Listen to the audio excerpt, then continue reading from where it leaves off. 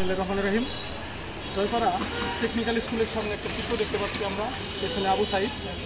এটা দেখার পরে একটা জিনিস মনে হলো, আজ থেকে প্রায় ঠিক 1 বছর 1 দিন আগে আবু সাইদ শহীদ হয়েছিলেন 17 জুলাই সম্ভবত, যদি আমি ভুল না করে থাকি, অথবা 16 হতে পারে। দেখ, আবু সাইদরা যে উদ্দেশ্য নিয়ে প্রাণ দিয়েছিল সেটা যেন বাস্তবায়িত হয় সারা বাংলার বুকে, এটা আমাদের মনে রাখতে হবে। আবু সাইদের প্রাণের কারণে, আবু সাইদরা প্রাণ দেওয়ার কারণে বাংলাদেশে পরিবর্তন এসেছে, সেটা যেন বাস্তবায়িত হয় এবং সেই উদ্দেশ্য যেন ঠিক থাকে, আমরা সেই বিষয়টা মাথায় রেখে এগিয়ে যাব।